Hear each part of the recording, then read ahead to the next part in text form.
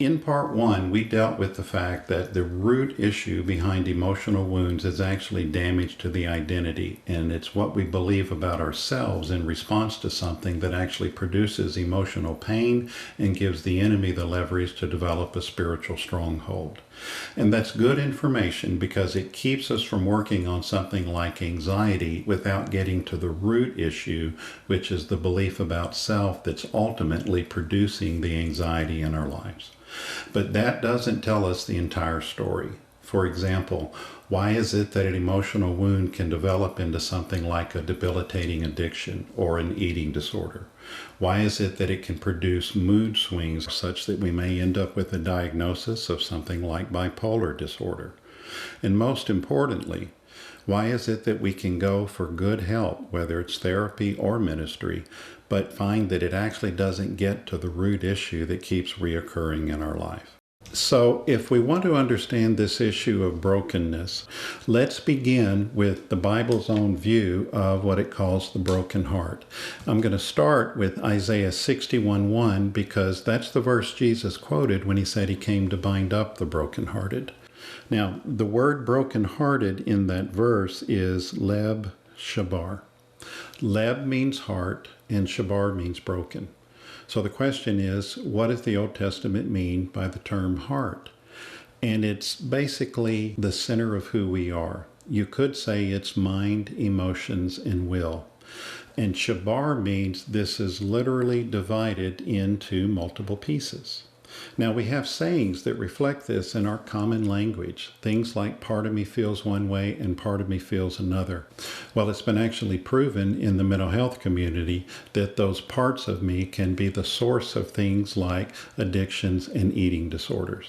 But we have other sayings like an inner child or a side to a person that can come out, that kind of thing. There's more terms for it, but all of these things are the fact that we actually do feel the brokenness in our heart, even if we don't realize what it is. Well, the New Testament shines a little bit more light on that, because when James wrote that first letter to the New Testament church, he wrote the entire letter around this same condition. All of the problems that James talks about in the church are rooted in the issue that is translated double-mindedness in the English language. Now, what's interesting about that is they had words for double-minded when James wrote the book. But the Holy Spirit, I think, wanted to drill a little bit deeper. So he inspired James to coin a new word in the Greek language that literally means double-souled. The word that James coined is dipsukos. It's di, which means two, and sukos, which means soul. In other words, two different parts of the soul. That's why he writes about things like salt and fresh water that shouldn't be coming from the same spring. It's the same root of issues that Jesus said he came to heal. So let me begin by just taking a look at what we call the heart. You know, we talk a lot about the mind versus the heart in Christianity, about truth needing to get from the mind down to the heart for it to take effect. Well, would you believe we really do have two different centers in our brain that we could call the mind and the heart? In our mind, we're very cognitive. This is where we're verbal. This is where we do a lot of just sort of regular thinking. And any effective help that you're going to get has to get from the head, where you're told what to do, to the heart, where it's more about who I am and where wounds are stored. You see, our heart is where things have to feel true. Now, the main reason that I'm going through all of this with you is that our heart processes things non-verbally. So we can pick up a lot of wounding just from the environment that we're in as we go through our childhood. And we all do pick up brokenness to some degree or another as we grow up. And all of that happens in the heart. That's where healing has to happen. So let's rewind the clock and take a look at how some of these parts of me, or these inner children, can get formed and get locked up in some of these issues. One of the most common things that people who come here tell me about is this feeling that I have to earn the right to be loved by God. That's actually rooted in one of these very young inner children, and we found a lot of this in ministry. You see, brokenness happens when we're young, when our hearts are tender and when they're developing, and that one usually happens under age 3 in homes where the parents are either emotionally distant or not nourishing. You see, as we grow up, our head gets taught, we go to school for it, but our heart has to be nourished. And if our heart doesn't get the nourishment that it needs, especially at young ages, it's kind of like a plant that doesn't get the water that it needs. It'll freeze and stop growing, and part of it will sort of get stuck or break off in that environment. Well, in the home where the parents are distant like that, what happens is a child eventually learns to sort of bid for the attention that their heart is telling them that they need. The child may act out to get attention, or they may just pull on mom's skirt. But remember, this is nonverbal. So what's happening here is something is settling in on their heart as a nonverbal reality. Their brains aren't mature enough to think this through yet. But in the nonverbal heart, it feels like I'm not going to be loved just for who I am. I have to earn the right to be loved. This causes part of the heart, since it didn't get the nourishment that it needed to develop, to get stuck in that emotional environment of that young child. So when we have an adult who still feels like they have to earn the right to be loved by God, or earn the right to be a part of a group, or whatever it may be, what's actually happening is part of their heart is stuck in the past there at 18 months old, and when it gets triggered, they're still living in those emotions.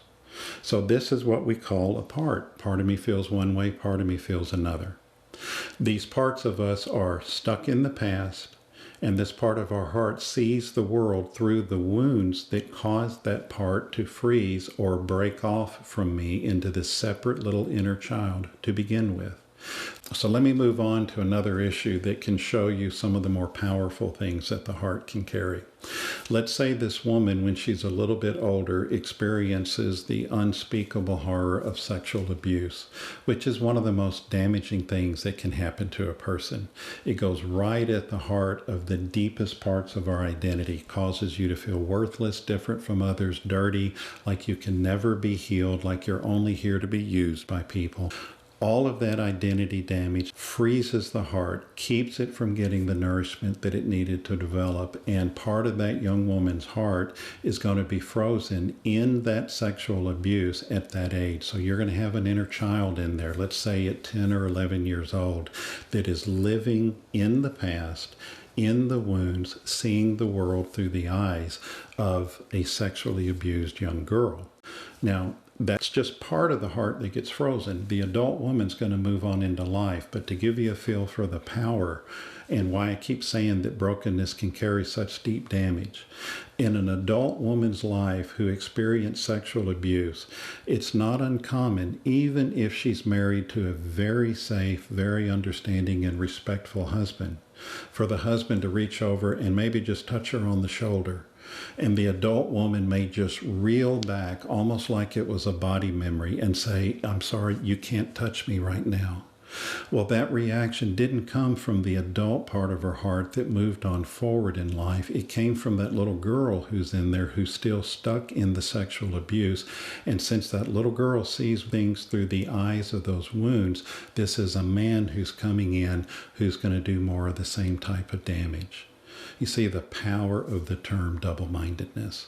For this to be healed, we reach the little girl and help her identity damage get healed, and the Lord will do that. I cover that in the next video. Now, let's say this girl grows a little bit older and she begins to experience some depression. The sexual abuse is mounting up. She's feeling like she has to earn the right to belong. And depression just takes over at a little bit older age. Well, that's going to be identity damage when a sense of life is hopeless, I can never be normal set in.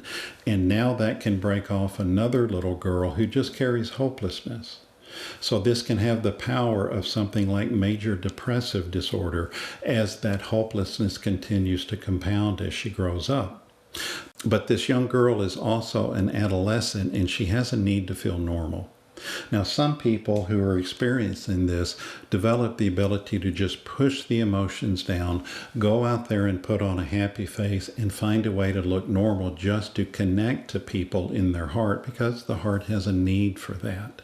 Well, a part can break off from that, because that's also a form of identity damage that says, I have to put on a face, I can't feel my full heart to be normal.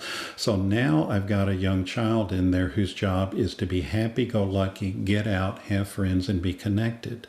Well, you see these two opposite extremes here, withdrawn and hopelessness, and outgoing and vivacious.